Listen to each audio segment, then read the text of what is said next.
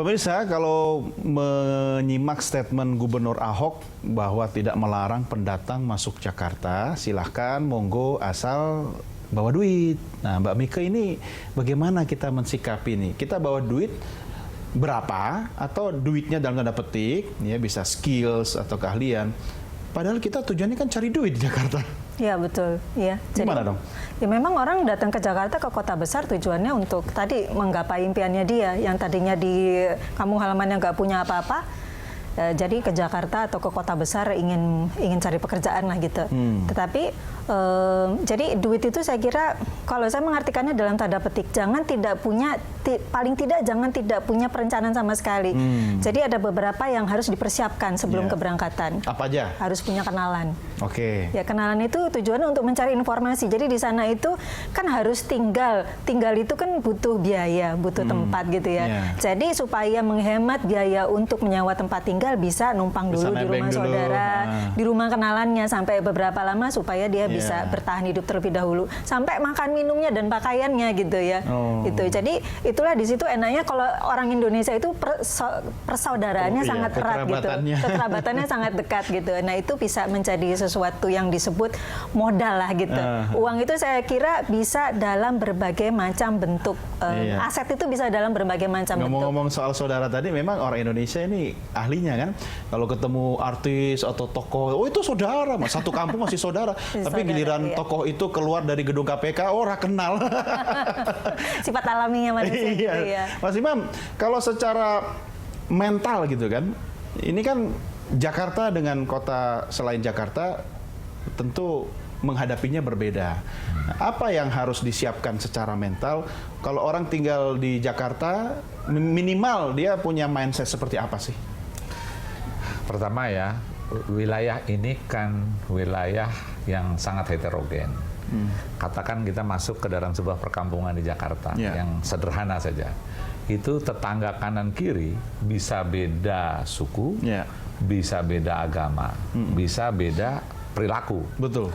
Nah kalau kita itu standarnya adalah homogen, ya, terus kemudian masuk ke sebuah perkampungan yang heterogen, berat itu. Tentu akan terjadi proses adaptasinya juga akan bisa sulit, lama ya. Gitu, lama. Bisa timbul masalah sosial gitu kan. Oh iya. Nah, oleh karena itu ya ini adalah satu wilayah yang multicultural, ya, agama beda, budaya beda. Itu paling tidak yang harus dilakukan itu. Nah, terus yang kedua, kalau datang ya, saya mau berempati dengan orang yang bayangkan di kampung petani, tapi petani buruh tani, ya, nggak punya lahan. Betul, ya. mengerjakan lahan terus orang. Anak banyak, ya, istri juga nggak bekerja. Kirain istri banyak. Nah, istri nggak bekerja maksudnya. Iya. Udah nggak kerja banyak lagi. Terus dia kepengen mensupport keluarganya, dia datanglah ke Jakarta. Harapannya ada kerja serabutan, gali selokan atau apa sajalah kerja yang tersedia gitu. Orang ini adalah pejuang terhadap keluarganya. Nah, kalau seandainya disyaratkan kamu harus punya uang segala macam, memang itu idealnya begitu. Orang yang pindah ke Jakarta nggak usah disuruh kamu harus bawa uang. Kalau dia punya tentu akan bawa, karena dia tidak akan terlantar. Tapi persoalannya yang datang itu banyak sekali orang yang karena di kampung halamannya dia tidak punya pekerjaan yang layak. Nah, ini yang harus difikirkan gitu. Ini bukan pindahnya seorang politisi yang kepengen jadi gubernur atau kepengen jadi presiden gitu loh. Ingin bertahan hidup gitu. Nah, dia berjuang untuk hidupnya. Berjuang untuk gitu. keluarganya. Nah, oleh karena itu, kalau seandainya ada pilihan, Republik ini sekian triliun digelontorin ke yang namanya ibu kota. Pekerjaan mulai dari rumah potong hewan sampai pasar induk, sayur mayur ada di sini. Kalau seandainya ini dengan suka hati ya pemerintah itu memindah ke wilayah kota-kota pinggiran, orang akan ke situ dengan sendirinya. Faktor pendidikan penting dong. justru itu menjadi soal di Republik ini kan rata-rata pendidikannya itu cuma 8 tahun. Artinya SMP aja nggak tamat. Yeah. Nah kalau mau dipilih, Pak, kamu harus yang punya keterampilan, punya pendidikan.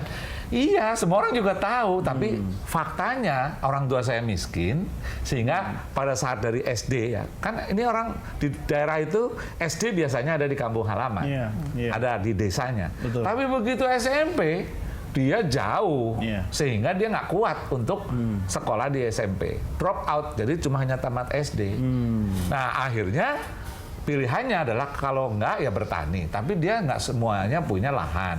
Punya lahan pun susah untung di Republik ini, kan harga beras berapa segala macam kan. Nah, atau kalau dia itu tidak, dia tukang biasanya, makanya masuklah ke Jakarta sebagai tukang buruh bangunan.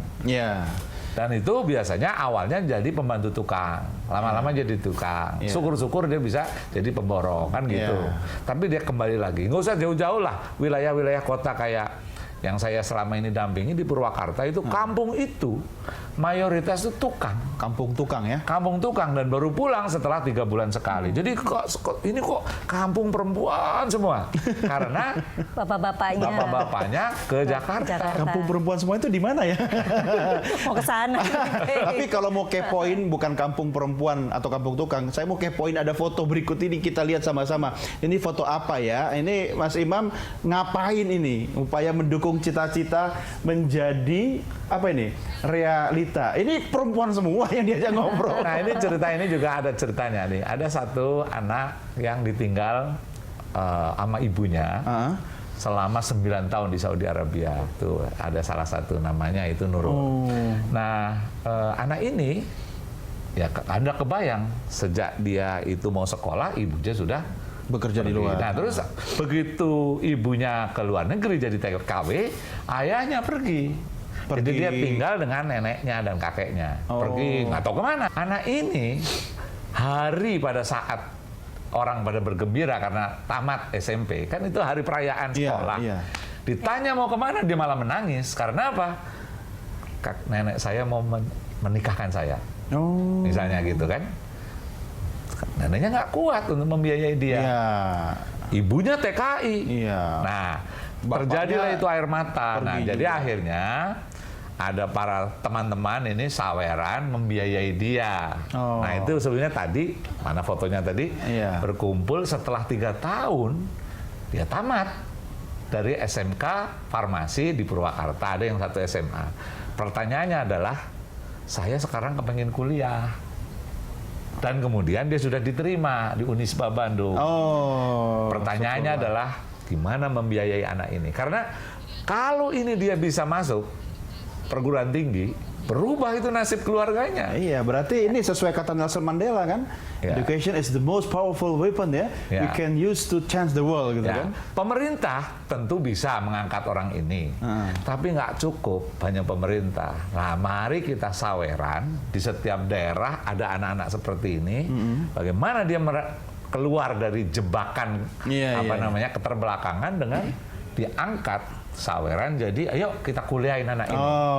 Kira-kira gitu. Pendidikan. Wah, ini menarik. Nah, ada dari persiapan mental, pendidikannya, tapi ada hal-hal yang di luar itu nanti Mbak Mika harus bagi kepada penonton DK Show ya. Apa saja? Kita ngopi dulu ya. Kita lanjutkan di segmen berikutnya. Pemirsa tetap bersama kami dalam DK Show.